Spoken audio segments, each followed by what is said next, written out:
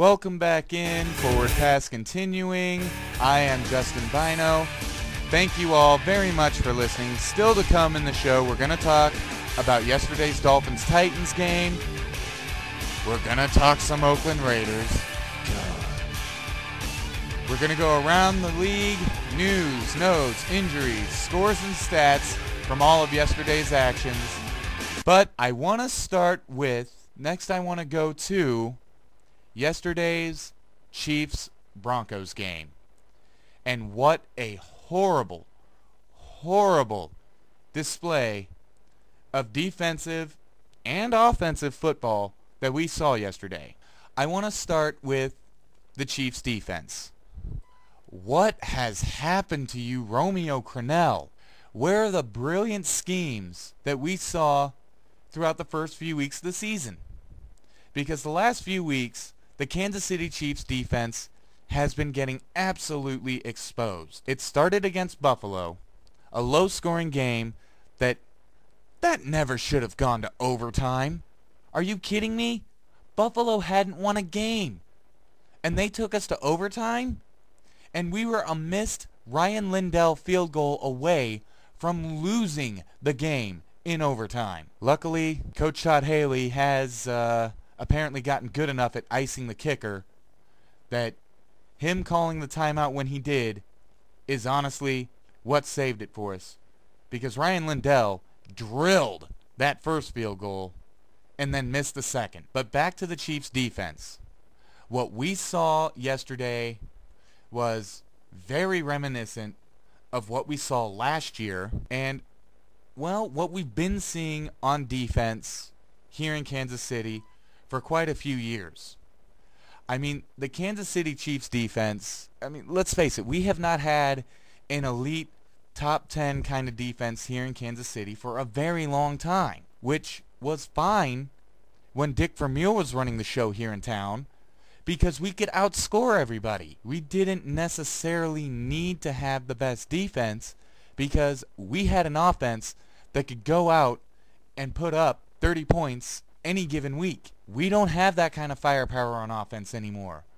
Our defense has to man up and play better. We need our defense to play the way they were playing for the first few weeks of the season. Now, the defense kind of started to fade out in the Buffalo game, and then ever since the third quarter of last week's game at Oakland, they've just been missing.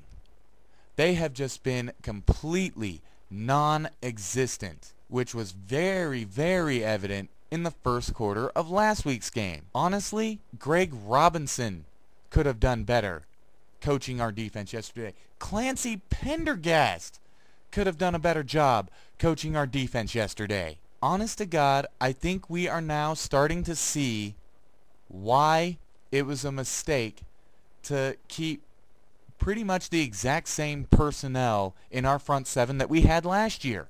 The scheming that Romeo Crennel was able to do throughout the first few weeks of the season was able to, kind of mask the deficiencies of the talent in our front seven.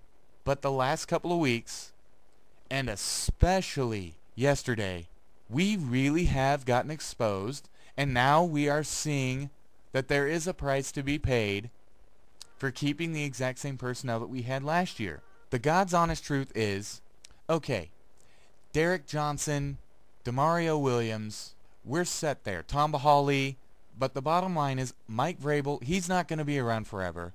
So we're going to need another dominant outside linebacker. We're definitely going to need help on the defensive line. Tyson Jackson, not getting it done. I don't even know who's playing defensive end for us on the right side. I have no clue. And then nose tackle.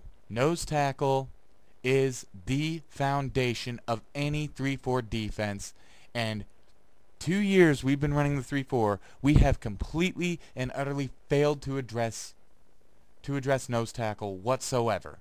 And yesterday our secondary, a lot of folks, myself included, thought that the secondary was going to be the strong point of this Chiefs defense this year. And on occasion they have been, but yesterday they got exposed. We let Kyle Orton pass for 4 touchdowns on us yesterday. 4. That kind of performance is inexcusable. Now, I know they're still young. I know there's still a learning curve, and I know Brandon Carr has just been absolutely getting picked on, and I know we were very thin at safety yesterday. But that type of performance in the secondary is inexcusable. We got to get right, and we got to get right fast. And that doesn't just go for the defense, that goes for the offense too. Again, Jamal Charles not getting enough carries at all. Not even getting close to enough carries, and he's our best offensive player. And then, the quarterback play. Matt Castle. Let's just face it. The deal with Matt Castle, it's like this. When he drops back to pass and goes through his reads, goes through his progression, if his first option is covered, he is completely lost. His footwork is sloppy. His passes just kind of seem to float. And his accuracy sucks. And even when the Chiefs' offensive line was at least doing a decent job at protecting, Matt Castle, he was still running scared. Plain and simple, he was still running scared. In the last couple of weeks, our offensive line is starting to get exposed. And so now he has every reason to be running scared. But that does not excuse this.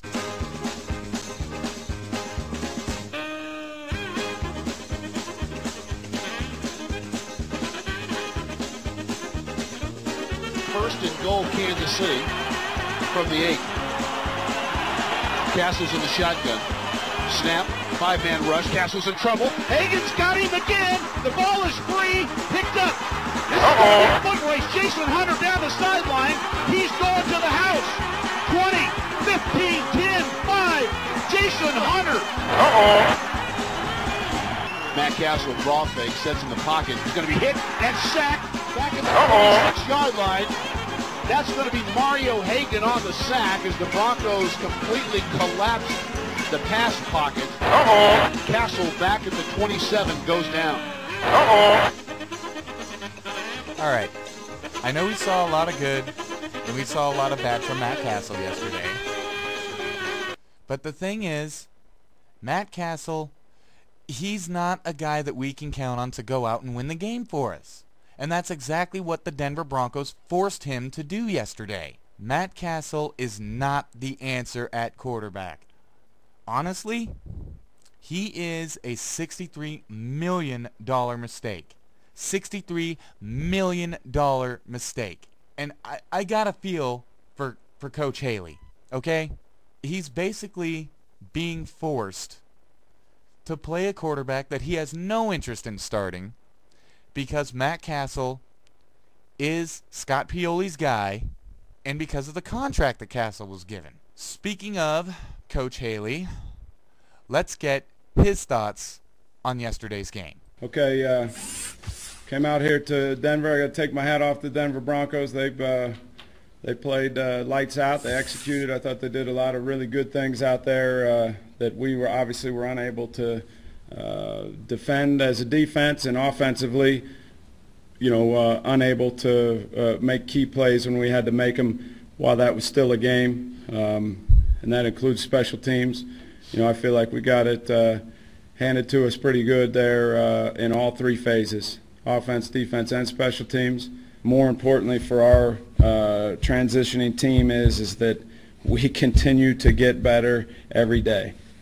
You could make a case that today that we did not get better, and I won't make any judgment without watching the tape, but we probably, in my opinion, did enough things in that game to say that for whatever reason, we were unable to make strides today, and that's got to change, and I believe with this group of guys it will change. We got a good group of coaches and a great group of guys, young men in this locker room that and a mix of veteran and young players alike that are learning every day, and you can see that you could see positive progress all along, including today, from the standpoint of team, and that's what it's about. They got to be team wins and they got to be team losses, and that's what this was. It was a team loss, and that includes everybody that was in that locker room, myself included. We were unable to get a stop. We kicked off and had a clear-cut plan for how we wanted to do things, and we just were unable to get a stop. And you know, I don't think anybody ever said this one's over. You know, I think our guys kept believing. Even at halftime, I thought, you know, something that we had worked real hard on, the return of the field goal, you know, and we knew was a distinct possibility up here because you had a kicker that could kick the ball a long way. So, you know, we had an opportunity at a return. You know, I would have liked to score a touchdown. I think maybe there was an opportunity there, but to get points there at the end of the half, you know, we came in at halftime, we knew we were getting the ball, and we felt like, you know, we had scored 42 points this year. We had scored enough points this year to feel like we were in the game, but we were going to have to really do something special, and you know, we opened the second half and with a 3 and out, and just unable to break the cycle today. And it started early and it continued, and we've got to find ways to get out of that type of a negative cycle. What's the question? When the handshake looked like someone said. No, I mean, that's a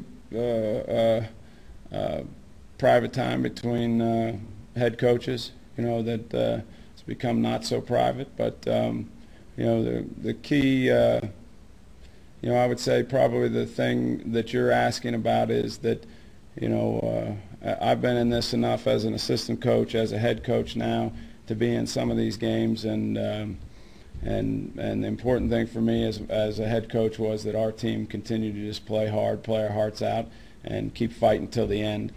Sometimes you see indicators on the other side of where that team thinks the game is, and we've been on the other side of this, and we've been on this side of it, and you know, again, I just probably keep it at that we're a team that needs to be making progress every week. In a game like that, there was a lot to be learned for us, a lot to be learned, and one of those things was that our guys kept fighting no matter what was going on, no matter what play they were seeing, no matter what the score was, they were fighting. Our team was fighting to try to hang in and regroup and find ways to make positive steps.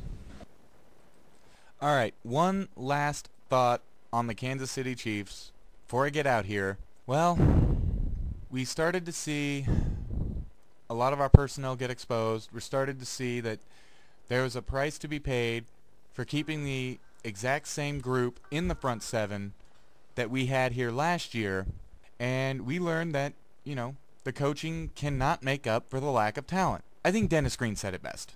Yeah. If you want to crown them, then crown their ass. But they are who we thought they were, and we let them off the hook. Well put. We here in Kansas City got so caught up in how well they were doing towards the beginning of the year. We got caught up in their hype, just like the players themselves got caught up in their own hype. And we did let the Chiefs off the hook. There's still a lot of work to be done. All right, still to come. Up next, going to talk Dolphins-Titans. We're still going to go around the league with news, notes, and injuries. Don't go anywhere.